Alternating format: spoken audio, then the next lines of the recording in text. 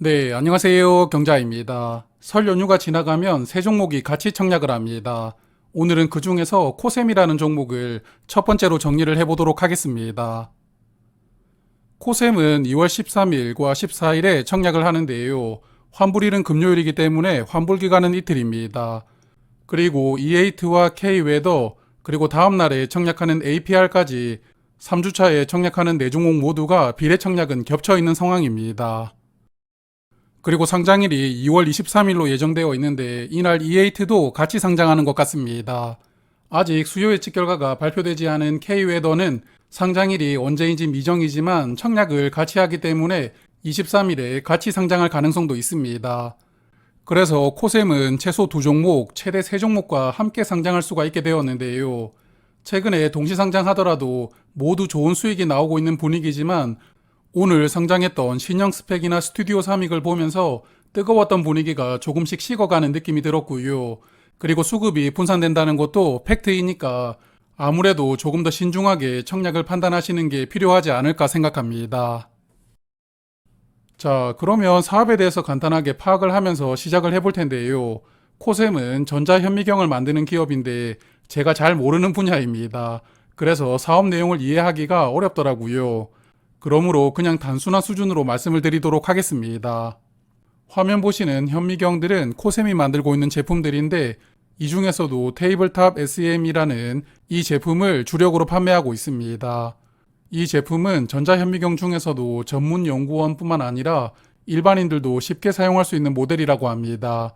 그래서 반도체나 2차 전지 등 산업 영역 전반적으로 이 제품을 널리 사용하면서 점점 시장이 확대가 되고 있다고 합니다.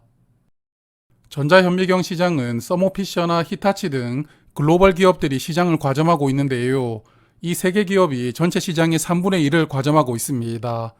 그리고 22년도 기준으로 코셈은 4.2% 정도 파이를 가지고 있는데 그래도 매년 점유율이 조금씩 늘어나고 있다는 게 긍정적이라고 생각이 됩니다. 그리고 최근 3년 동안 실적을 체크를 해보면 일단 매출액과 이익이 매년 늘어나고 있습니다. 전년도 기준으로 매출액은 137억 원이었고 순이익은 21억 원이었는데요.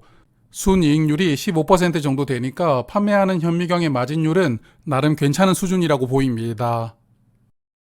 자, 그러면 회사에 대해서는 이 정도로만 파악을 하고 수요 예측 결과부터 체크를 하겠습니다. 기관 경쟁률이 1268대 1이었고 2022개 기관이 수요 예측에 참여를 했습니다.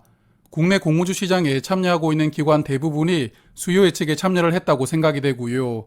그리고 키움증권은 수요 예측을 발표하면서 최종 의무 확약 수량도 함께 발표하는 증권사인데 이번에도 그렇더라고요.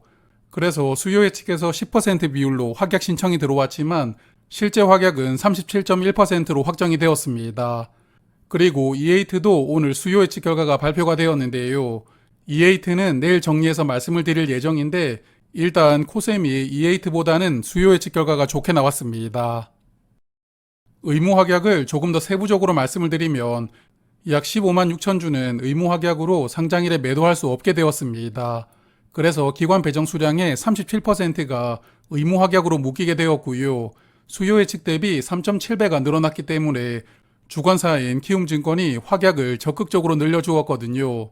키움증권은 청약 수수료도 받지 않는 데다가 이렇게 확약도 적극적으로 늘려주고 있기 때문에 공모주 투자자 입장에서는 아주 고마운 증권사라고 생각이 됩니다. 자, 그리고 공모가는 16,000원으로 결정이 되었습니다. 이 종목도 상단 가격을 초과해서 결정이 되었는데 공모가는 14%가 초과되었습니다. 공모가 신청 결과를 보면 수요 예측에 참여한 기관의 98%가 17,000원 이상으로 신청을 했거든요. 그래서 공모가를 17,000원으로 결정해도 무리가 없었지만 그래도 16,000원으로 결정이 되었으니까요. 나름 보수적으로 결정이 되었다고 볼 수가 있겠습니다. 그래서 코셈은 이번 IPO로 96억 원을 모집하게 되었고 공모가 기준 시가총액은 906억 원입니다. 그리고 이 종목은 25년 실적을 추정해서 공모가를 산정한 종목입니다. 기술 특례로 상장하는 종목이거든요. 그러므로 유사 기업과 밸류를 비교해 보는 것은 의미가 없을 것 같습니다. 코셈의 공모가인 16,000원 기준으로 23년 순이익을 적용해 보면 PER은 44.2배가 됩니다. 미래 실적으로 공모 가격이 산정되었기 때문에 향후 기대감이 공모가에 충분히 반영된 상태라고 볼 수가 있는데요. 하지만 수요 예측 결과가 좋았고 또한 최근 시장 분위기에서 밸류보다는 상장일 수급이 주가를 결정하고 있으니까요. 수요 예측 결과를 미루어 보았을 때 특별한 변수만 없다면 상장일에는 괜찮은 주가를 기대를 해볼 수 있지 않을까 생각합니다. 자, 그러면 청약 정보를 체크하겠습니다. 총 60만 주를 모집하는데 우리 사주조합에 3만 주가 배정되었습니다. 임직원 수가 50명 정도라고 하니까 직원 1인당 600주씩 배정되는 셈인데요. 배정 수량이 많지 않아서 우리 사주 물량은 완판 가능성이 높을 것이라고 생각합니다. 그리고 일반 투자자에게는 15만 주가 배정되었습니다. 청약 주관사는 키움증권입니다. 일반 고객은 만 주까지 청약을 할 수가 있고 증거금은 8천만 원이 필요합니다. 그리고 최소 청약 수량은 20주, 증거금 16만 원이 필요하고요. 키움증권은 청약 수수료를 받지 않습니다.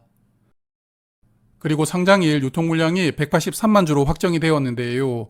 전체 주식의 32.4% 물량이 유통되는 조건이기 때문에 유통 물량이 살짝 많은 수준입니다.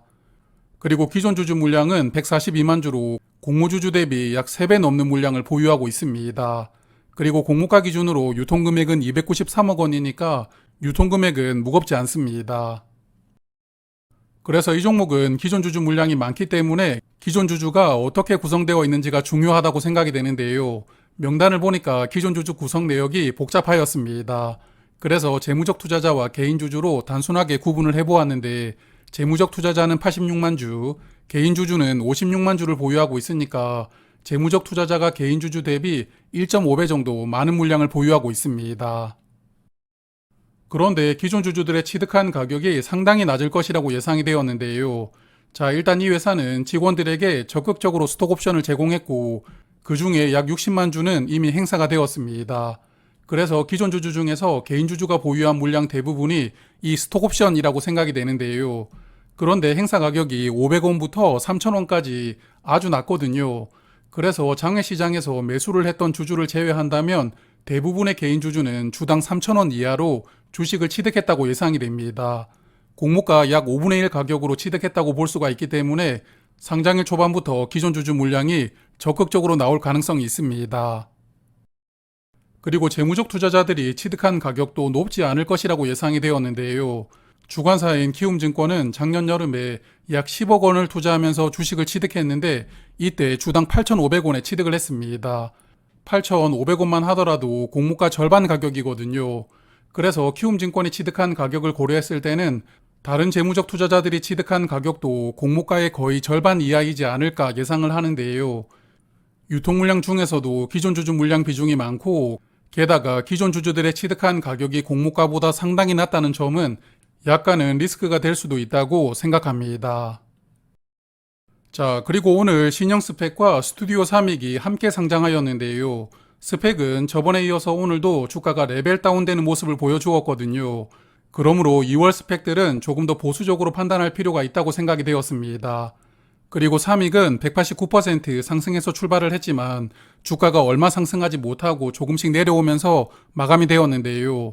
그래서 상장일 고가 기준으로 보면 192%까지 상승했는데 지난 12월 초에 Y바이오로직스 이후로 약 2달 만에 공모가 3배 이상 올라가지 못하는 흐름이 나왔습니다. 그래서 이제 조금씩 시장이 차분해지는 사이클로 진입하는 것은 아닌가 이런 생각도 들었는데요. 여하튼 아직까지 균등 청약은 큰 고민을 하지 않아도 되겠지만 비례 청약은 이제 경쟁률을 조금 고민하면서 판단하실 필요가 있을 것 같습니다. 자, 그래서 저는 코셈은 균등 청약은 할 생각이고요. 같은 시기에 청약하는 종목들의 수요 예측 결과도 보고 또한 경쟁률도 보면서 비례 청약은 판단을 해봐야 될 것 같습니다. 그리고 내일 저녁에는 E8를 정리해서 말씀드리겠습니다. 고민을 많이 해야 되는 종목이라고 생각이 되는데요. 저도 조금 더 고민을 해보고 내일 저녁에 말씀을 드리도록 하겠습니다. 고맙습니다.